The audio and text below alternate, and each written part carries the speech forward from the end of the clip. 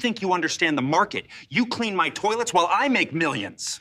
I bought the building you're standing in last week. Even those who clean the floors understand value. Mr. Voss, we just see it from a different level. The words hung in the air like the faint vibration of a struck bell. Soft, trembling, but impossible to ignore.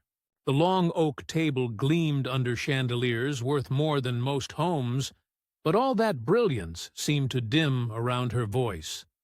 Ethan Voss's smirk faltered, just barely. Around him, his guests, CEOs, venture capitalists, old money investors, stared at Naomi Brooks as though she had suddenly spoken another language. The maid stood there, tray trembling in her hand, a glass of Bordeaux still half full. Her dark skin caught the golden light, her curls coiled neatly under a white cap. She looked smaller than the grandeur around her, but her eyes, steady and brown, didn't flinch. Ethan leaned back in his chair, his cufflinks catching the light. "Is that so?" he murmured, the faintest trace of amusement edging his tone. "Tell me then, Miss Brooks, what kind of value does one find while scrubbing marble floors?" A few soft chuckles rippled down the table. Someone whispered, "Oh, this is rich."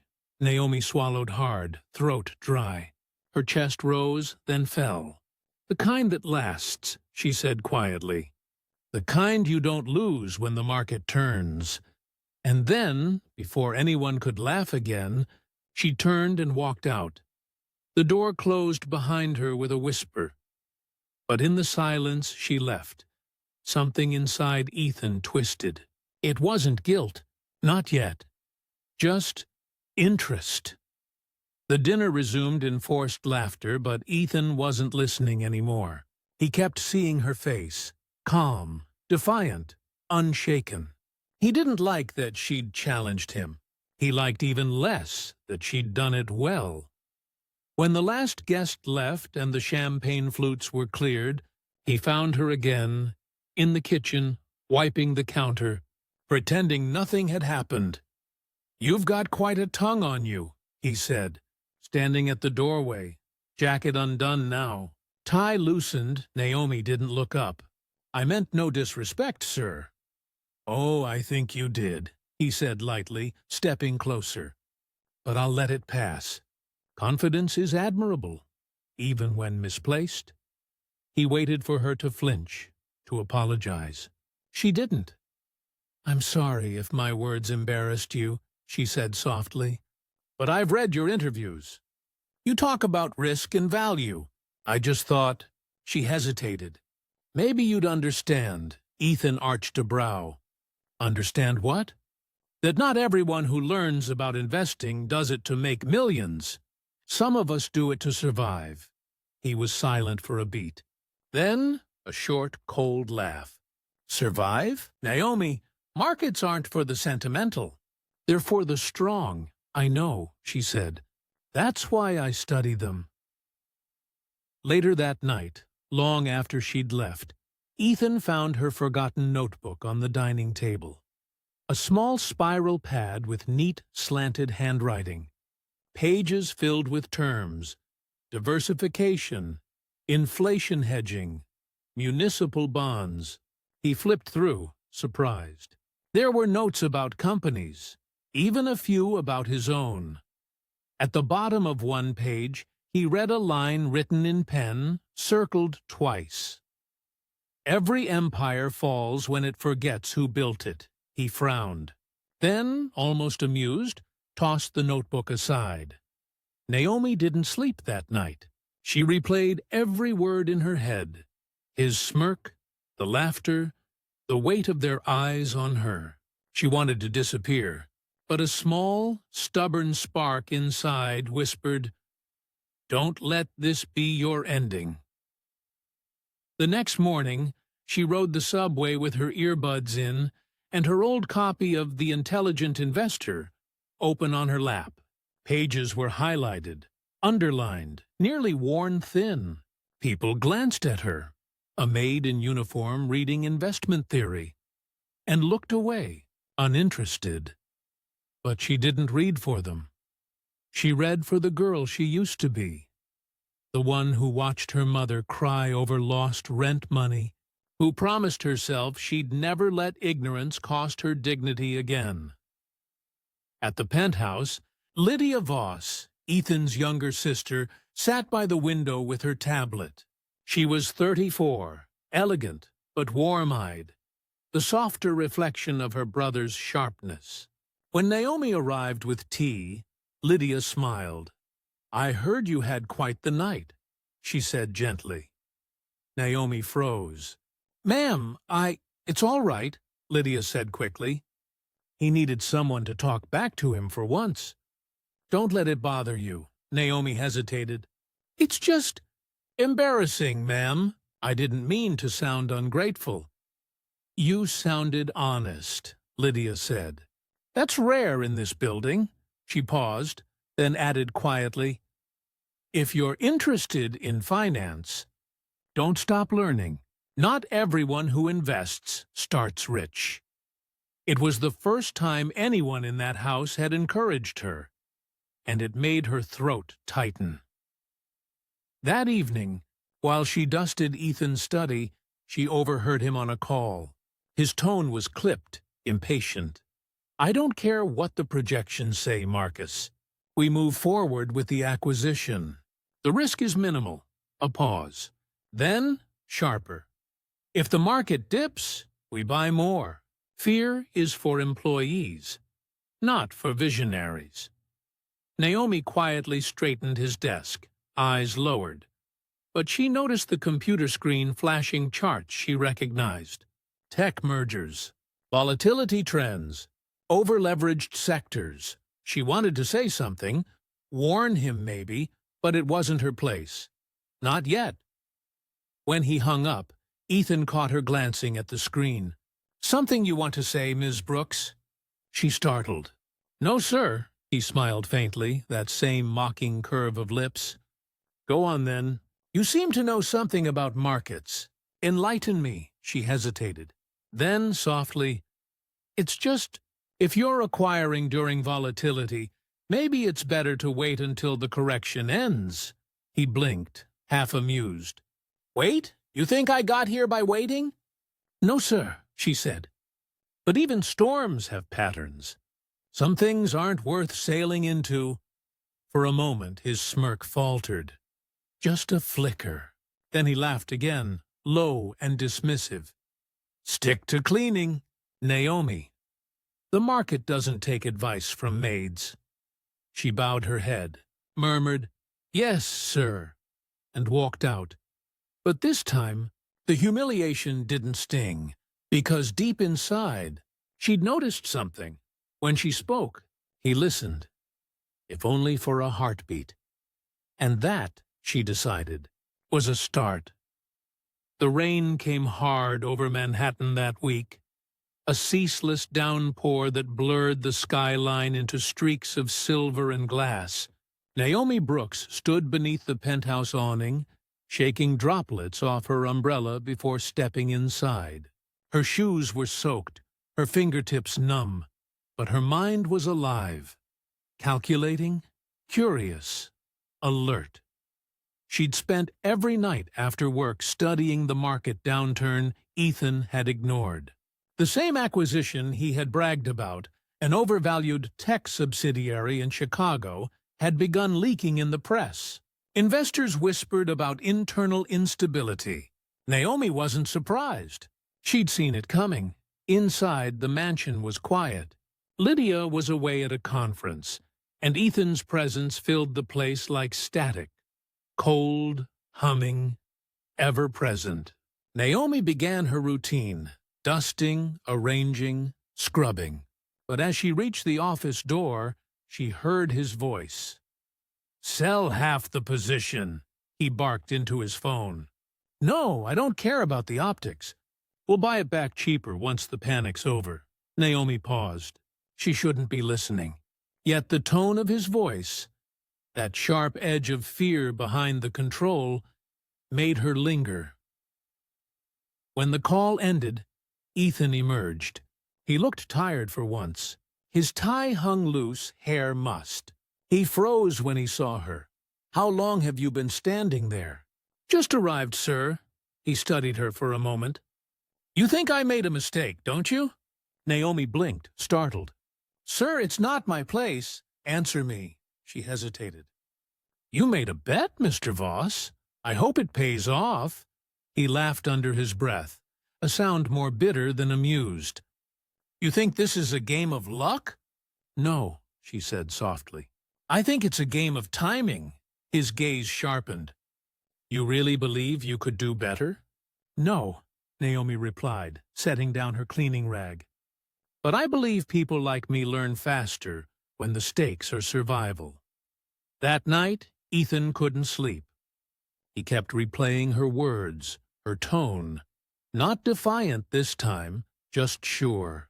He hated how it unnerved him. How a maid's quiet confidence could sound more grounded than his analyst's reports. The next morning, he instructed his assistant to find out more about her. Education, background, anything. When the file landed on his desk, he frowned. Naomi Brooks, high school diploma, part-time night courses at a community college in Harlem. Lived with her aunt. No family money. No formal financial training. And yet, her notes, those scribbled equations, her instinct about volatility, they weren't beginner's luck. They were observation, precision. He closed the folder, irritated with himself. Why did he even care? Meanwhile, Naomi's evenings were her own battlefield. She worked double shifts 3 times a week, then came home to a one-room apartment with flickering lights. But on the corner of her small table sat an old second-hand laptop, her portal to a different world. She opened an online trading account under a pseudonym, N.B. Jordan, and began with $500 she'd saved over months. Small trades, careful ones. She started with index funds, then moved to undervalued community banks. She read until her eyes burned. Warren Buffett lectures, CFA summaries, community investor blogs. Her mind was a sponge, her ambition a quiet flame. Each night she whispered to herself, "If knowledge is power, I'm buying my freedom 1 share at a time." Weeks passed. The atmosphere at the Voss residence shifted. Ethan's once booming confidence dulled with the market. His acquisition tanked publicly. He fired 2 analysts. Reporters sniffed around. His temper grew short, his nights longer. One morning, Naomi entered his office with coffee and saw him sitting in the dark, staring at multiple screens, jaw tight. She hesitated, then placed the cup gently beside him. Without looking up, he muttered, "You ever wonder what it feels like to lose millions overnight?" Naomi paused. "No, sir. I've only ever had hundreds." For the first time in days, he smiled faintly. "And yet, somehow, you look less stressed than me." "I suppose," she said softly, "because I know exactly where mine is." He looked up, meeting her gaze. For a heartbeat, something human flickered there. Exhaustion? Maybe even envy. "Tell me, Naomi," he said, leaning back, "why are you so interested in investing? Hoping to become rich someday?" She shook her head. "No, just independent. My mother used to say the most dangerous poverty is needing permission to dream." Her words struck him harder than she knew. Ethan turned away, muttering, "Dreams are expensive." "Only when you buy the wrong ones," she replied, then quietly left. By spring, Naomi's tiny investments began to grow. Her strategy, focusing on community stability stocks, paid off as the market rebounded. Her $500 turned into $200. Small, but enough to make her heart race. She began journaling her progress, tracking every win and loss. At work, Ethan seemed more restless. The empire he'd built on ruthlessness was cracking at its edges. Lydia returned from her trip, sensing the tension. "What happened to your golden touch?" She teased him one morning. He scowled. "Don't start," Lydia smiled faintly. "You know, that maid of yours, Naomi, she's been reading finance books again in the staff lounge. Maybe you should hire her as a consultant." "Very funny." "I'm serious," Lydia said. "She sees things differently. Maybe that's what you need right now. Someone who isn't blinded by spreadsheets." Ethan didn't answer, but later he found himself standing at the kitchen door, watching Naomi quietly slice fruit for breakfast. "Tell me something, Naomi," he said suddenly. "If you were in charge of a portfolio, mine, say, what would you do differently?" She froze, knife midair. "Sir?" Hypothetically, she thought for a moment. "I'd invest where fear lives," she said finally. "Places everyone overlooks because they seem too small or too poor to matter." "But those are the roots that never die." Ethan blinked. "That's poetic." "It's math, sir," she said simply. He stared at her, unsettled again.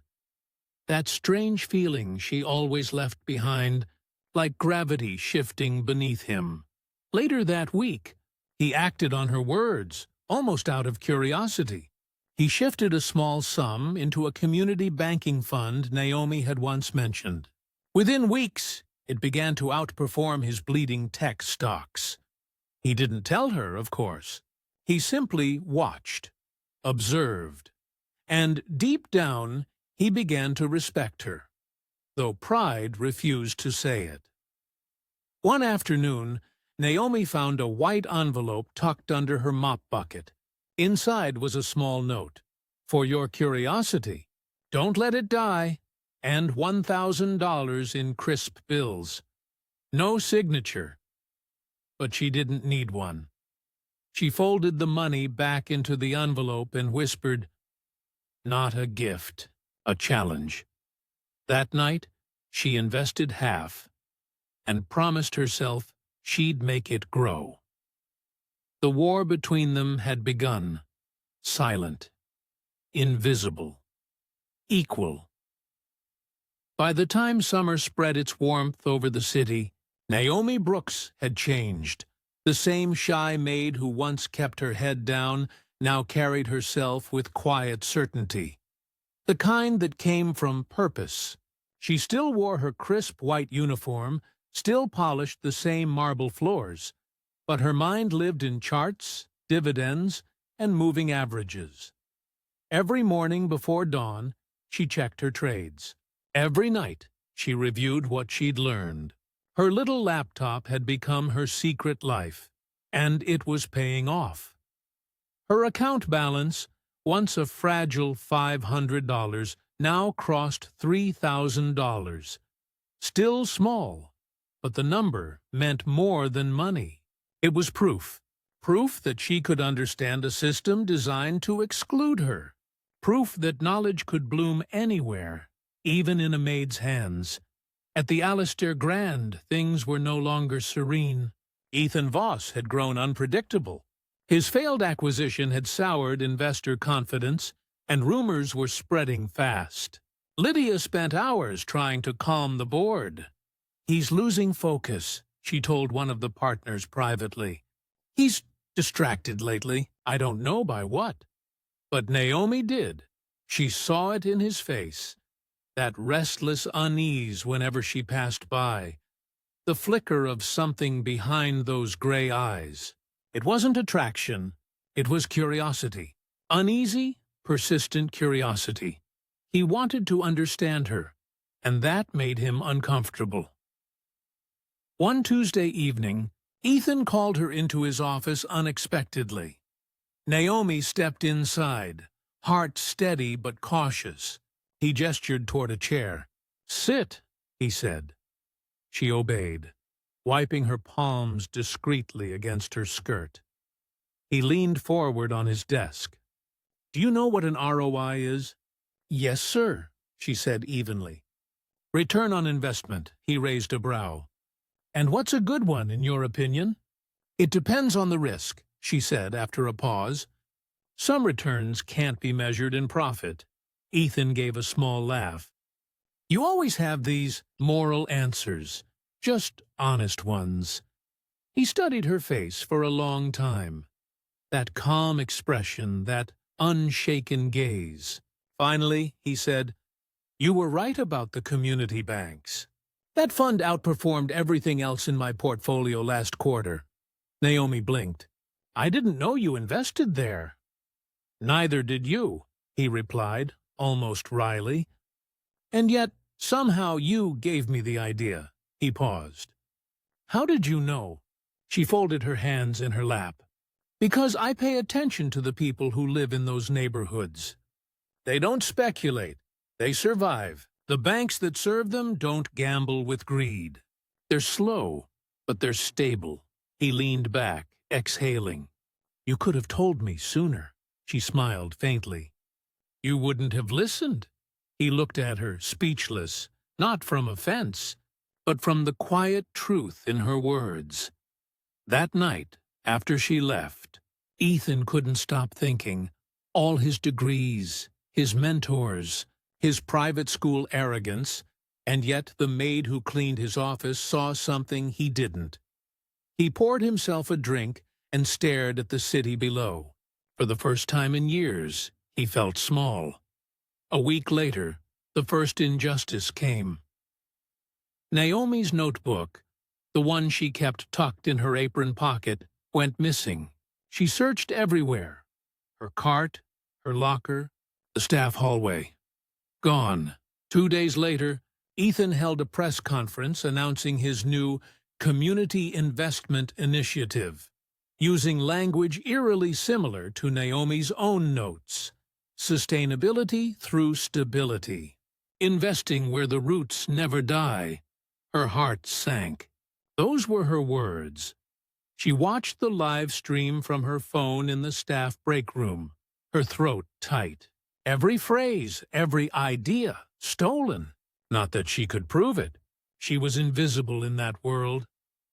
When she walked past him later that evening, he smiled faintly and said, You inspired something profitable, Naomi.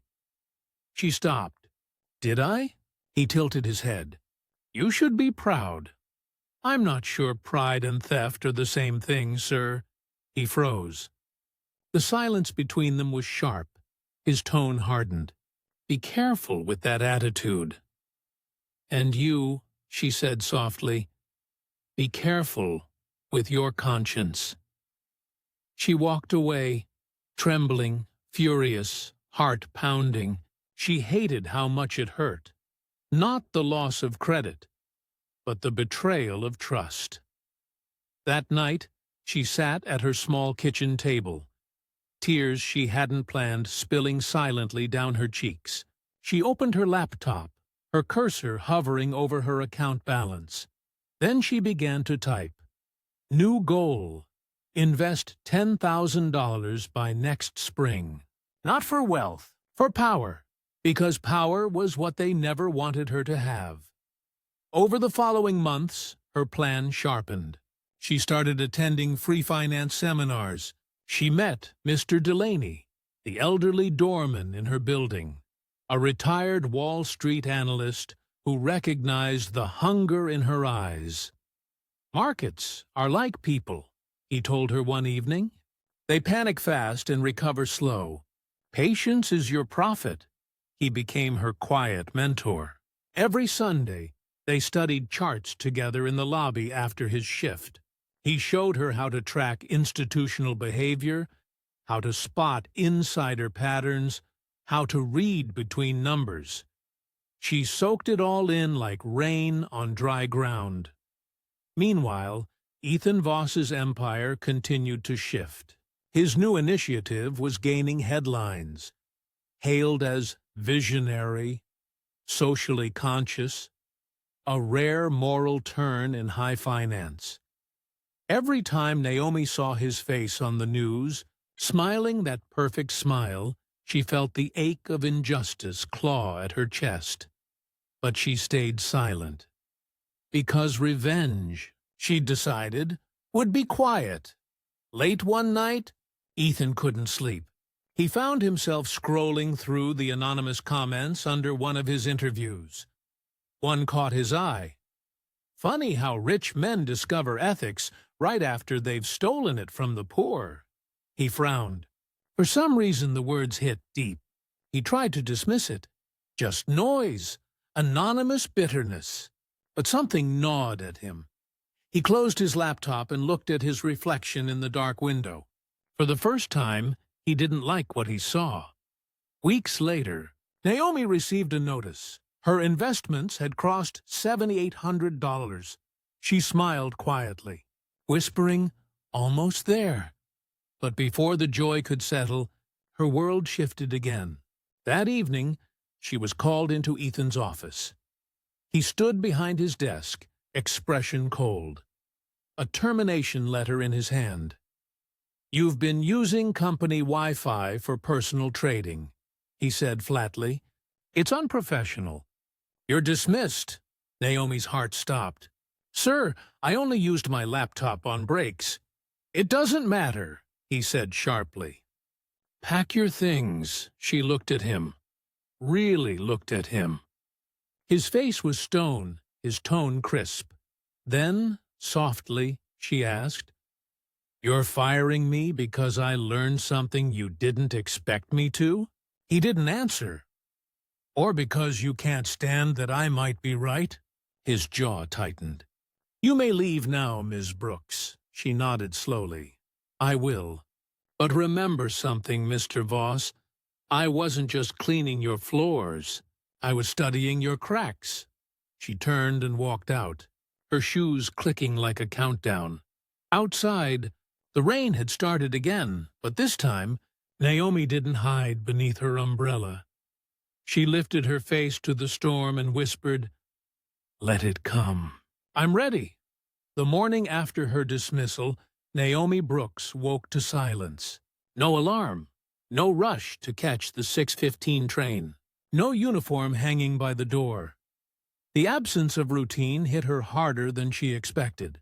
She sat on the edge of her bed in her tiny Harlem apartment, hands wrapped around a chipped mug of coffee, staring at the gray city light filtering through thin curtains. Unemployed. Again.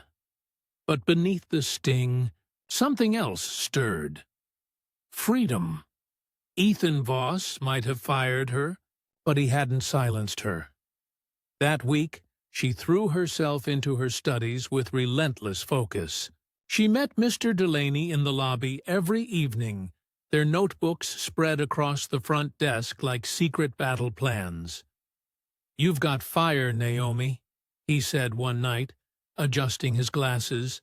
"Don't waste it trying to prove yourself to that man. Use it to build something of your own." She nodded, eyes bright. "That's exactly what I'm going to do." Together, they mapped out a simple yet daring plan. Naomi would register a small consulting venture, Roots Advisory, focused on helping working-class women learn the basics of saving and investing. She'd start with local churches, laundromats, hair salons, places she knew, communities that trusted her. Her first clients weren't wealthy, but they listened, and as Naomi taught others, her own confidence bloomed. She spoke clearly, her voice steady, her eyes alive with purpose. Within 2 months, her savings had doubled again. Word spread fast about the young woman teaching single mothers how to multiply their money. For the first time, Naomi felt seen. Meanwhile, high above the skyline, Ethan's world was unraveling. The community investment initiative he'd launched, built on Naomi's stolen ideas, began showing cracks. The firm had expanded too fast. Market corrections hit harder than predicted.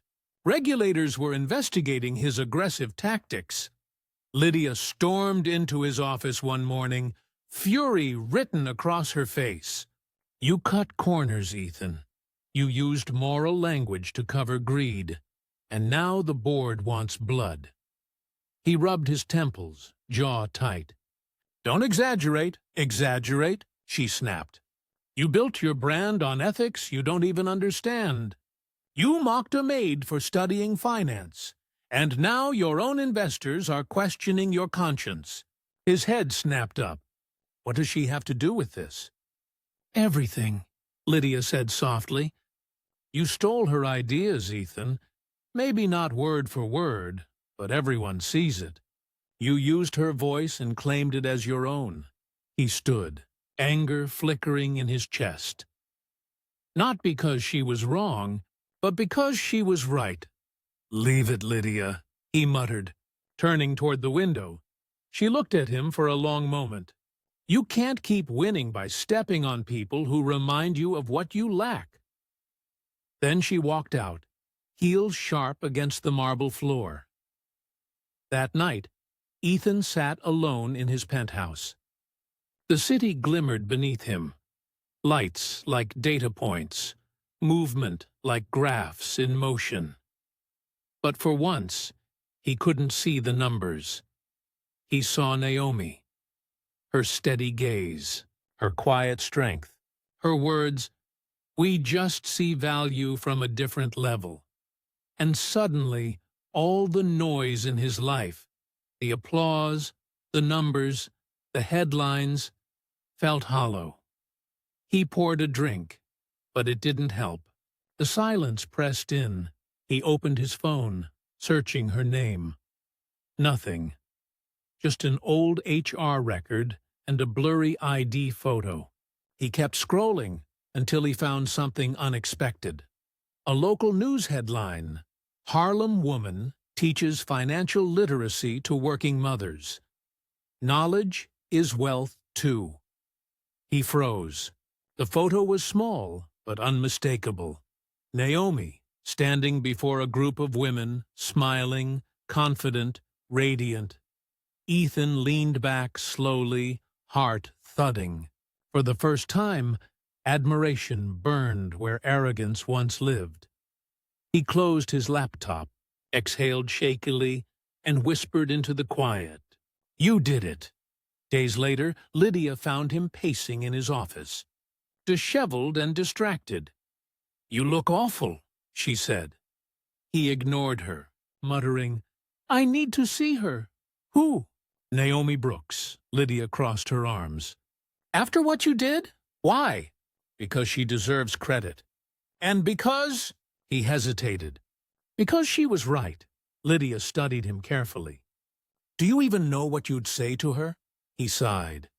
"No, but I'll start with, I'm sorry." Naomi wasn't easy to find. She'd moved her classes to a community center in the Bronx, where word had spread about her workshops. When Ethan finally arrived, unannounced, uninvited, the sight that greeted him stopped him cold. Naomi stood before a small crowd of women, teachers, nurses, mothers, speaking with calm authority, her curls free, her voice rich with conviction. You don't need $1 million to invest. You just need to believe that your time and patience are worth something. Because every dollar you plant with purpose grows roots that can feed generations. The room applauded. Ethan stayed in the doorway, silent, almost reverent. When she spotted him, her expression flickered. Surprise, then steel. After the session ended, she walked up to him slowly, arms crossed. "Mr. Voss," she said evenly. "You're far from Wall Street," he nodded. "I heard about what you're doing. It's remarkable." She said nothing. "I came to apologize," he began. "For what I said, for what I took." Her eyes narrowed. "You took more than words, Mr. Voss. You took dignity and made it look like charity." "I know," he said softly. "And I hate that I did." She watched him, weighing the sincerity in his voice. He looked smaller than before. less like a god, more like a man trying to make sense of his own collapse. "I can't undo it," he continued, "but I can make it right. Tell me what you need." Naomi held his gaze. "You think money fixes everything?" He flinched. "No," he said, "but maybe accountability does." She considered him for a long, tense moment. "Then, come to my next class. Sit in the back. Listen. You might learn something money can't buy." He nodded. "I will." As he left, Mr. Delaney approached Naomi with a knowing smile. "That man looks like someone learning humility the hard way." Naomi exhaled, her heartbeat still heavy. Maybe that's the only way some people learn. That night, Ethan returned home and sat by the window, the city glowing below. For the first time in his life, he felt the weight of every person he'd looked down upon. He thought of Naomi's words, "The kind of value you don't lose when the market turns." He whispered them aloud, eyes stinging, and for reasons he couldn't name, tears finally came. The next week, he attended her class. No bodyguards, no press. Just a man in a plain shirt, sitting in the back, scribbling notes while Naomi spoke. When she mentioned risk tolerance, he raised his hand timidly. "Mr. Voss?" she asked, arching a brow. "Just Ethan," he said quietly. "And I have a question." The room chuckled softly, the tension easing. Naomi nodded. "Go ahead," he smiled faintly. "How do you invest in people? After you've already failed them?" The room went still. Naomi met his gaze, her voice gentle but steady. "You start by listening," she said. "Then you wait. Because trust, like the market, takes time to recover." Ethan nodded, humbled, and for the first time, truly listened. That night, under the dim city lights, the world had quietly shifted. The maid was now the teacher, the billionaire, the student, and in that fragile, beautiful balance, something new began to grow. Winter arrived softly that year. Snow dusted the Bronx rooftops like powdered sugar, muffling the city's noise and slowing its rhythm. Inside the community center, a small heater hummed in the corner, struggling to warm the large hall where Naomi now taught 2 nights a week. Attendance had doubled. Mothers came with children, workers came after long shifts, and even a few retirees sat in the back, hungry to learn. The once flickering fluorescent lights now glowed above whiteboards, filled with Naomi's careful handwriting. "Wealth begins with wisdom." And near the door, quietly, almost every week now, sat Ethan Voss.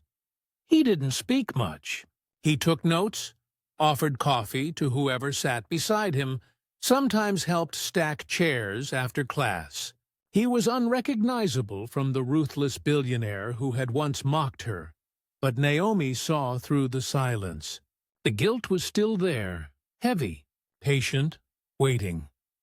One night after class, as Naomi packed up her materials, she noticed Ethan lingering again. "You don't have to stay late every time," she said, without looking up. He smiled faintly. "I like helping. Besides, I learn more watching you teach than I ever did reading market reports." Naomi zipped her bag. "I'm sure your analysts would disagree." "Most of them quit," he said dryly. She looked up, surprised. "You mean I stepped down?" From Voss Capital, the words hung between them. Naomi blinked. "You left your own company?" He nodded slowly. "It stopped being what I built it to be. Too much noise, too many zeros, and not enough soul." She studied him. The tired eyes, the loosened collar, the humility that now replaced arrogance. "And what do you plan to do now?" "I don't know," he admitted. "But I want to build something honest. Maybe Something that gives back, Naomi hesitated. That sounds noble, he chuckled softly. It sounds like I'm late to the lesson you've been teaching all along. Her lips curved, just barely. Maybe, but late is still better than never. Weeks passed, and their strange rhythm settled into something familiar. Not friendship exactly, but respect shaped by shared growth. Sometimes they'd talk after class, walking through the snow-dusted streets. He'd ask her thoughts on social entrepreneurship, microfinance, women-led cooperatives. She'd listen, correct him, push him deeper. And sometimes their conversations drifted to childhood memories, lost dreams, music, books. Ethan discovered that Naomi loved Ella Fitzgerald, that she sang softly when she thought no one was listening. Naomi learned that Ethan once painted before his father had told him, "Art doesn't make empires." It was in those quiet revelations that something fragile began to take root. Not forgiveness yet, but the space where forgiveness might one day grow. One evening, Naomi arrived to find the community center flooded. A broken pipe had turned the floor into a shallow lake, and the director stood helplessly at the door. "We'll have to cancel classes until repairs are done," he said. "Could take weeks." Naomi's stomach sank. "These women rely on this, sir. It's more than just a class." "I know," he sighed, "but there's no funding for urgent repairs." She stood there, staring at the warped floorboards, the soaked flyers peeling from the walls. The thought of losing this place, their sanctuary, made her chest tighten. A familiar voice spoke behind her. How much would it cost? She turned. Ethan stood at the doorway, coat dusted with snow. "Too much," the director said grimly. "At least $30,000 for plumbing, plus cleaning." Ethan's expression didn't change. "Then it's handled." Naomi frowned. "No, you can't just—" He looked at her gently. "I'm not buying anything. I'm giving back. You gave me perspective, Naomi. Let me help you give others the same." She hesitated, pride warring with gratitude. Finally, she exhaled. "All right, but your name doesn't go on the wall." He smiled. "Deal." The repairs took only 2 weeks, faster than anyone expected. When the classes resumed, the space gleamed, fresh paint, new boards, new chairs, even a coffee corner. And at the back of the room, taped to the wall, was a small handwritten note Naomi had placed herself. "For those who once believed they had nothing to give, you do." Ethan stood under it, reading quietly before class began. Naomi watched him from across the room, not with resentment anymore, but something softer. He caught her gaze, and for a brief, wordless second, the air between them hummed. Not with the tension of their past, but the fragile warmth of renewal. As the months passed, their partnership grew. Naomi's program expanded citywide, supported by a quiet but steady foundation. One Ethan refused to put his name on. Instead, he worked behind the scenes, connecting her with accountants, grant writers, educators. He sat in classrooms full of working mothers, single fathers, and young dreamers. And he listened. The billionaire who once measured worth in numbers now measured it in faces. One spring evening, Naomi was invited to speak at a finance summit, the kind of event she once thought belonged to people like Ethan. She almost declined, until she read the invitation's final line. "Your work has redefined financial education for marginalized communities." So she went. The stage lights were blinding, the audience vast. And there, in the second row, sat Ethan, no longer the center of the world, just another man proud to watch her shine. When she took the podium, Naomi paused, steadying herself. "A few years ago," she began softly, "someone told me that people like me don't belong in finance, that we should stay where we are. But I've learned that sometimes the smallest seeds, the ones planted in doubt, grow the strongest roots." The room was silent. Wealth isn't what you keep. It's what you teach. And the greatest investment you can ever make is believing that someone else deserves a chance. The crowd rose in applause. Ethan, too, his eyes bright, a quiet smile tugging at his lips. Naomi looked at him just once. A silent acknowledgement, not of romance yet, but of redemption.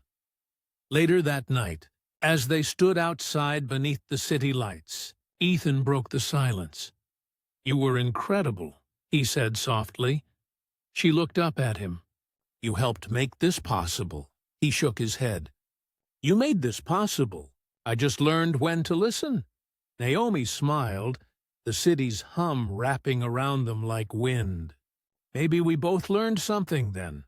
He nodded. "Yeah, that value doesn't always come with a dollar sign."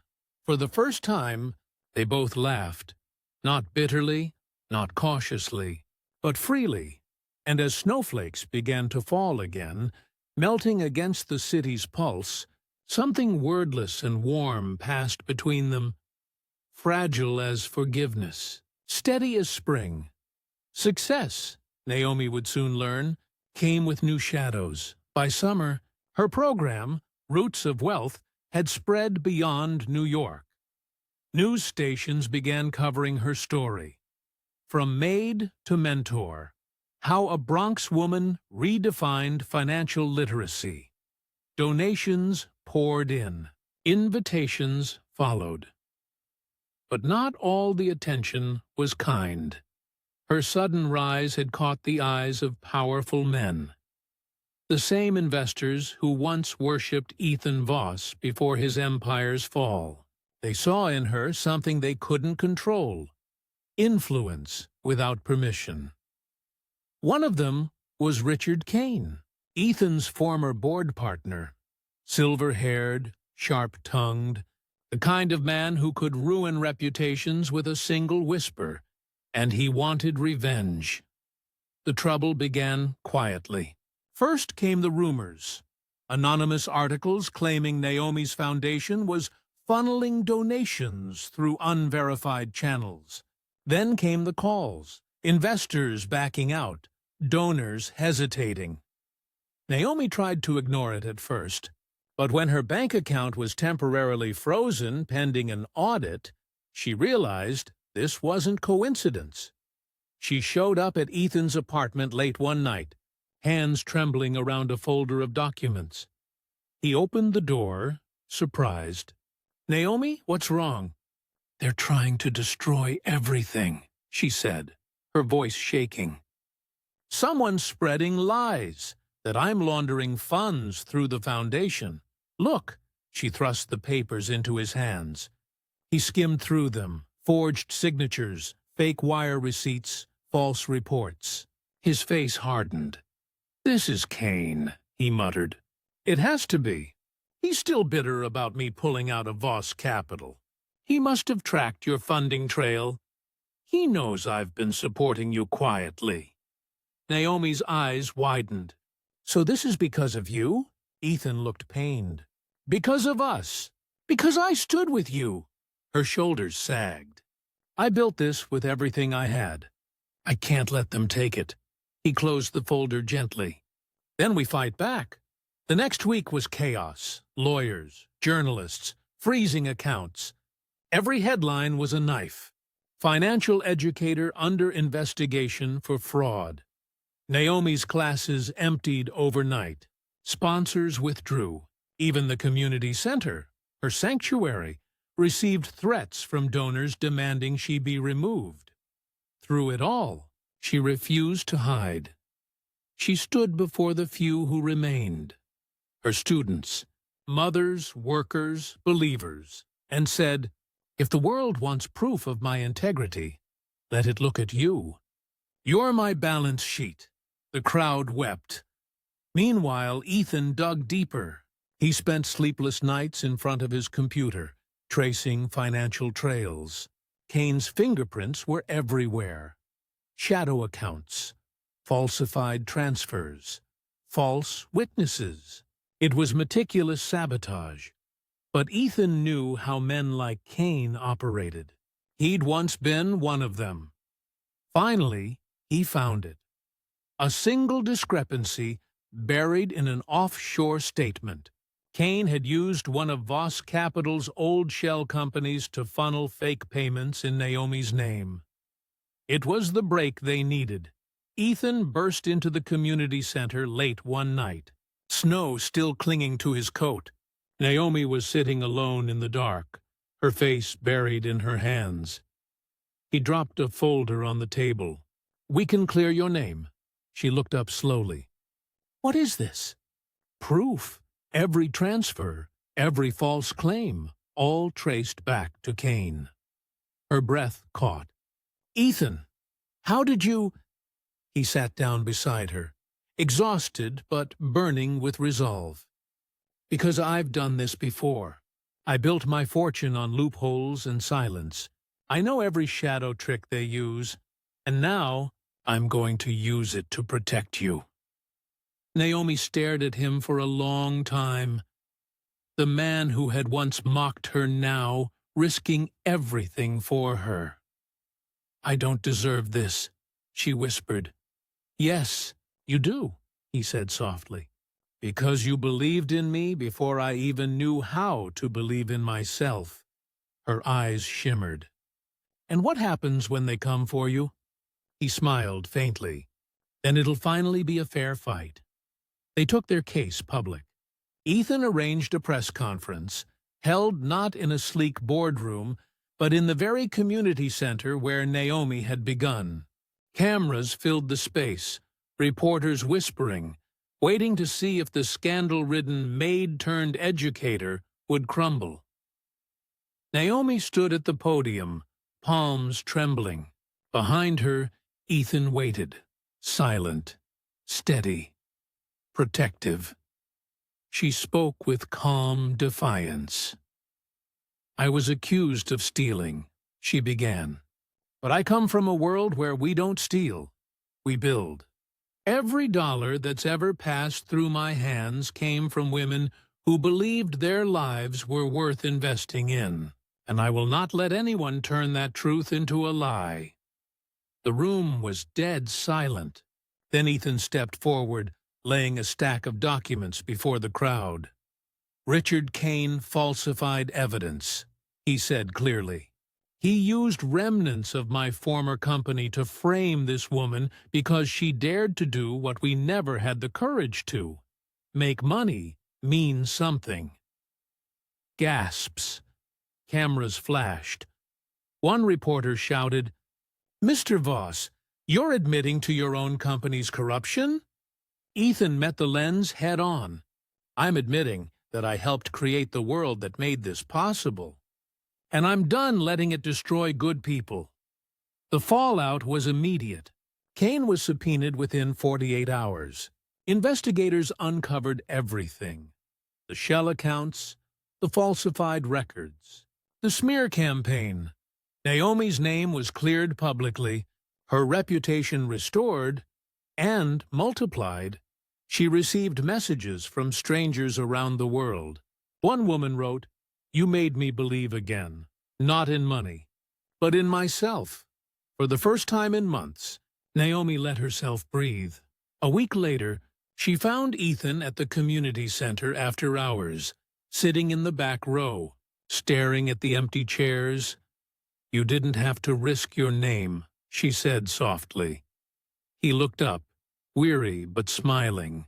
"Maybe it's time I used it for something right." She stepped closer. "You lost everything for me." He shook his head. "I didn't lose. I just changed what winning means." Naomi's eyes glistened. "You've changed." "So have you," he murmured. For a long, quiet moment, They stood there, two people who had started on opposite ends of the world, now bound by something neither could quite name. The next morning, headlines filled the world again. Billionaire confesses to exposing corporate corruption. Partners with former Maid to build global financial initiative. But for Naomi and Ethan, it wasn't about the fame anymore. It was about truth, balance, redemption. They had both been mocked once. Now they stood as equals, not as a billionaire and a maid, but as two souls who finally understood the same language, worth. That night, as Naomi looked out her window over the Bronx skyline, her phone buzzed with a new message from Ethan. Ready for the next chapter? She smiled, a small, knowing smile, and replied, "Only if we write it together." The spring morning was golden, the kind that seemed to hum softly through the air, as if the whole city exhaled. Naomi Brooks stood before the wide windows of the new Roots of Wealth headquarters, a restored brownstone in Harlem, painted cream and sunlight. It was her first day back since the storm had passed. The space was alive again. Voices, laughter, the smell of coffee, the sound of keyboards clicking. Dozens of young volunteers moved through the rooms, teaching, mentoring, building. Her dream had grown roots so deep, they could not be torn up again. At the center of it all, framed on the wall, was a single line in handwritten script. "If knowledge is power, let it belong to everyone." She'd written it herself. But today, her eyes lingered on the second plaque just below it. One Ethan had secretly added last night. Dedicated to Naomi Brooks, who invested in people before profit. She felt her throat tighten. Then she heard the door open behind her. Ethan entered, carrying 2 coffees. He looked different, simpler. The crisp billionaire polish was gone. His sleeves were rolled, his hair slightly wind-tousled. The edge of arrogance had long melted from him, replaced by something quiet and certain. "Morning, Professor Brooks," he teased softly. She turned, smiling despite herself. "I told you not to call me that." "You're teaching more people than any professor I know," he said, setting down her coffee. "Maybe," she replied, "but I still mop my own floors." He chuckled. "Some habits are worth keeping." Their eyes met, steady, open. For once, there was no power dynamic between them. No pity, no apology left unsaid. Just presence. Later that afternoon, they hosted a small press gathering. Journalists, community leaders, donors, even Lydia. Cameras clicked as Naomi took the stage, her heart calm this time. "When I first began," she said, "I didn't want to teach investing to make people rich. I wanted to remind people they weren't invisible." She paused, her voice warming. "We've been told that wealth belongs to those who already have it. But wealth isn't what you own. It's what you create for others to stand on." The crowd erupted in applause, and as she stepped down from the podium, Ethan was there waiting at the foot of the stairs, eyes soft with pride. "You were brilliant," he said quietly. She smiled. "I learned from the best mistakes." He laughed, an honest, unguarded sound. That evening, after everyone had gone, the building was quiet. The city glowed beyond the windows, a heartbeat of lights and sirens, of stories continuing everywhere at once. Ethan leaned against the wall, watching Naomi gather her notes. "You know," he said softly, "when I first met you, I thought you were naive." She looked up, amused. "I thought you were unbearable." He grinned. "Fair." They stood there, suspended in easy silence, Then, more seriously, he said, "Naomi, I don't think I've ever told you how sorry I am." She turned toward him slowly. "You already did, by changing." He shook his head. "No, I mean really sorry. For humiliating you. For treating you like you didn't belong in the same world. You did. You just hadn't built your empire yet." Her eyes softened. "Maybe we both had to lose something before we could see what really mattered." He nodded, emotion thick in his throat. "You taught me more about wealth than all the mentors and boardrooms in my life combined. And you taught me," she said gently, "that even the cruelest people can learn compassion, if someone forces them to look in the mirror long enough." He smiled faintly. "You mean like you did?" She tilted her head. "Exactly like that." Outside, dusk melted into night. Naomi stepped to the window, watching the city lights flicker. "Do you ever think about starting over?" she asked quietly. "All the time," he replied. "But I don't think I'd change anything, because it led me here." She turned to him, her voice low. "And where's that?" "Standing beside someone who made me want to be better." The words hung in the air. Not a confession, not yet, just a truth. Naomi's heartbeat quickened. She looked at him for a long moment. The man who had once mocked her dreams, now offering her something that felt like trust, maybe even love. "Ethan," she whispered, "we come from different worlds." He stepped closer. "Then let's build one of our own," her breath caught. For a moment, she said nothing. Then softly she smiled. "We already are." Months later, the Roots of Wealth Foundation launched its first international program in Ghana. Naomi and Ethan flew there together, standing before a crowd of hundreds, farmers, students, mothers, all eager to learn. As Naomi spoke through an interpreter, she glanced toward him. He stood among the crowd, listening, not as a savior, but as a man humbled by the miracle of renewal. When the applause rose around them, she reached for his hand. Briefly, quietly, a simple gesture of partnership and peace. And in that moment, beneath the blazing sun, the past finally dissolved. The maid who had once been mocked for daring to dream now taught the world to invest, not in stocks or dollars, but in dignity. And the billionaire who once believed compassion was weakness now understood it was the truest form of wealth. That night, under the Ghanaian sky, they sat side by a quiet bonfire. Naomi looked up at the stars. "You know," she murmured, "I used to think wealth was about escaping where you came from." Ethan looked at her, his voice tender. "And now?" She smiled. "Now I think it's about bringing everyone with you." He reached over, his hand brushing hers. "Then you've made me the richest man alive." Naomi's eyes shimmered in the firelight, soft, certain, unafraid. "You finally learned how to invest," she said playfully. He chuckled. "Only because you were patient enough to teach me."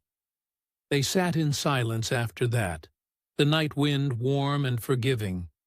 Two lives once divided by arrogance and pain, now bound by purpose and something deeper, gentler, infinitely enduring.